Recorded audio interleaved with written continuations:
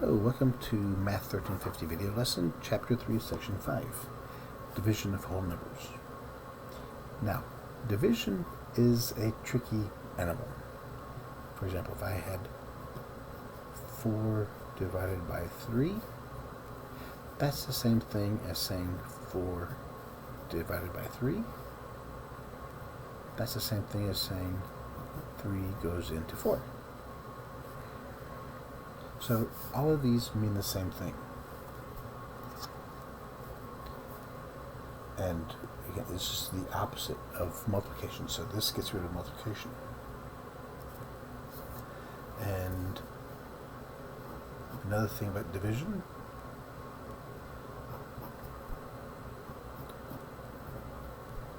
if you have 0 on top of a number, any number, the answer is 0. Because how many times to say this? How many times does 5 go into 0? It doesn't. But how many times does 0 go into 5? Infinitely many.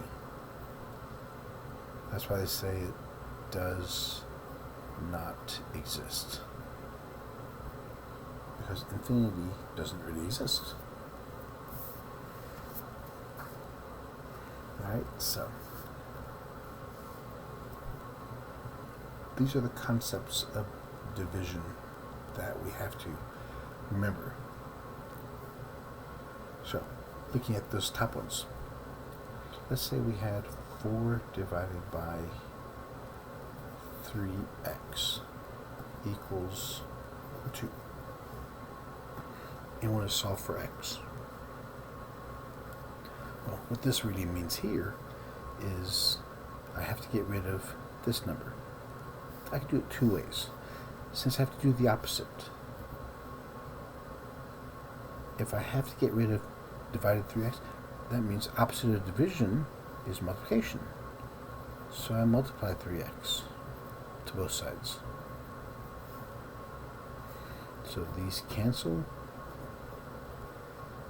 2 times 3 is 6x. And divide by 6. So x is equal to 2 over 3. I can simplify. They both have a 2 in common.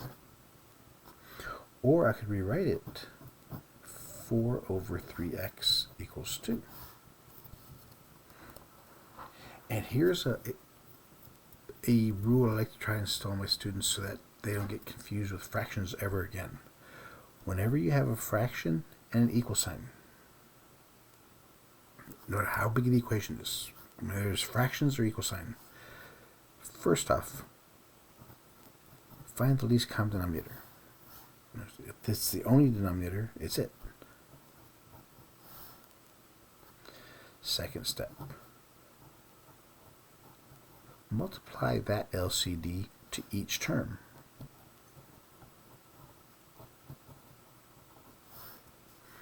So this is a term, that's a term. So I multiply 3x to the first number and 3x to the second. Now reduce. The whole purpose here is to get rid of the fractions. So 3x cancels with 3x. So it goes in there 1 time. So I have 1 times 4 equals 3x times 2. So now this equation and this equation are exactly the same thing, just one looks easier. Multiply to get rid of the parentheses. 1 times 4 is 4. 3 times 2 is 6x. Very important. Whenever you're adding and subtracting, you could not combine these two because they don't have like terms. But when you multiply, the numbers go to the numbers, variables go to variables. And the last step is solve. So I divide by 6 both sides. So x is equal to 2 over 3.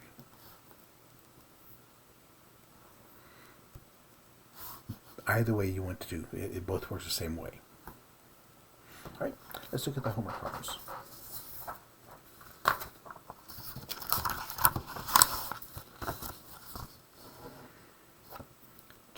Section 5. Rewrite the problem as a multiplication problem.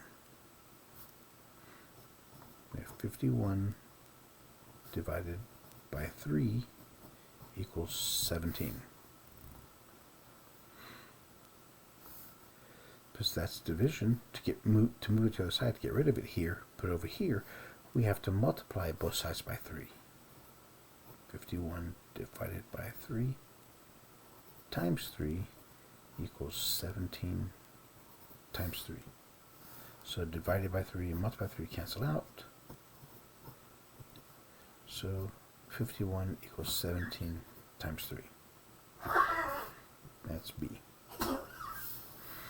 Or another way, you could have rewritten this as 51 divided by 3 equals 17. Get rid of 3 on the bottom. You multiply 3 to both sides.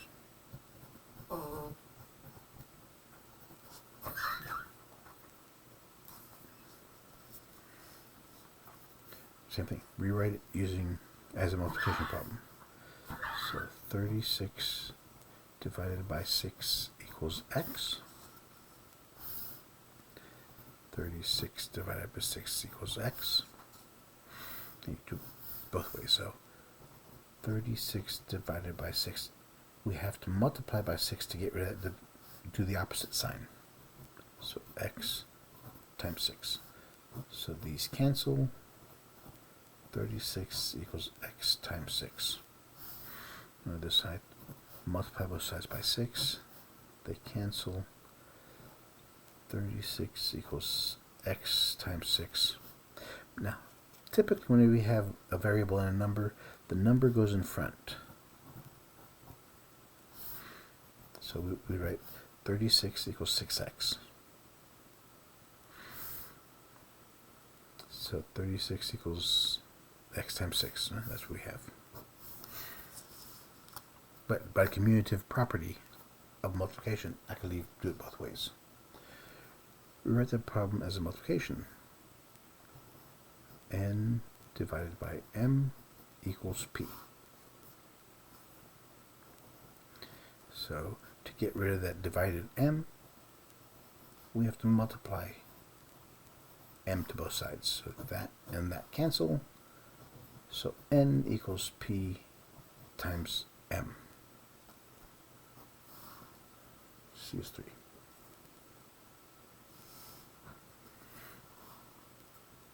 Find, if possible, a whole number that makes the equation true.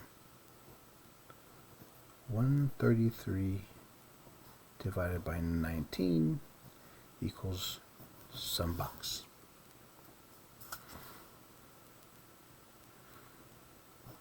So 133 divided by 19 equals some box. I multiply by 19 both sides. Is that going to help me any? So 19 times what is 133?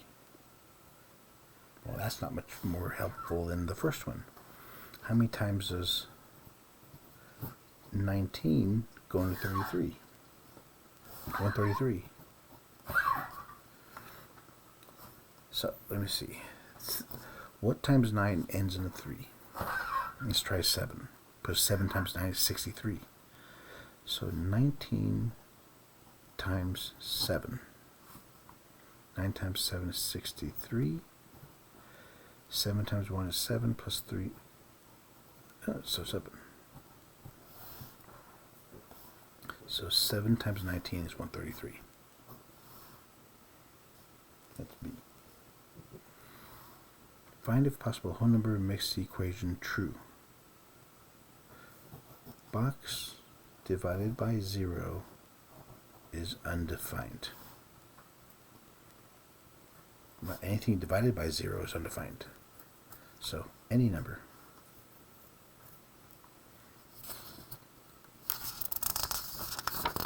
Alright.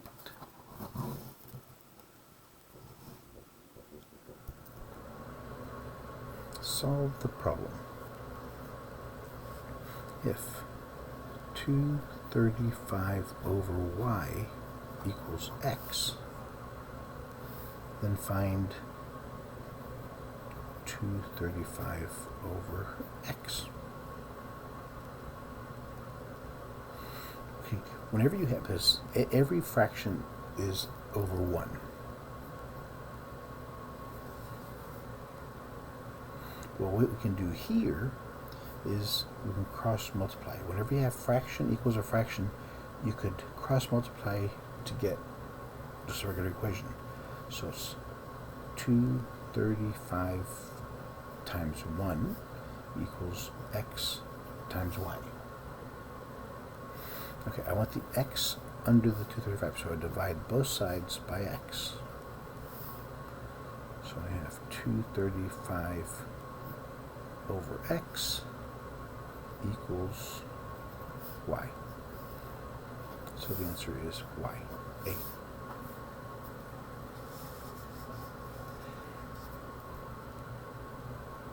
Another way you could have done it, whenever you have fractions like this, you can take this and just flip the whole thing. Y over 235 equals 1 over x. Now I can multiply this guy, multiply 235 to both sides. So those cancel. 1 times 235 is 235 over x. The same thing there. So there's a lot of ways you can go about this. Right, last one. Students were divided into 12 teams with 18 on each team. Later, the same students were divided into teams of 54 on each team. How many teams were there then? So let's see, how many students do we have? 12 times 18. Let's see. 18 times 12. 8 times 2 is 16. 2 plus 1 is 3. 1 times 8 is 8. And 1. 6. 8 plus 3 is 11. So it's 216. There's 216 students. So 216 students, if we put 54 in each team, so divide by 54,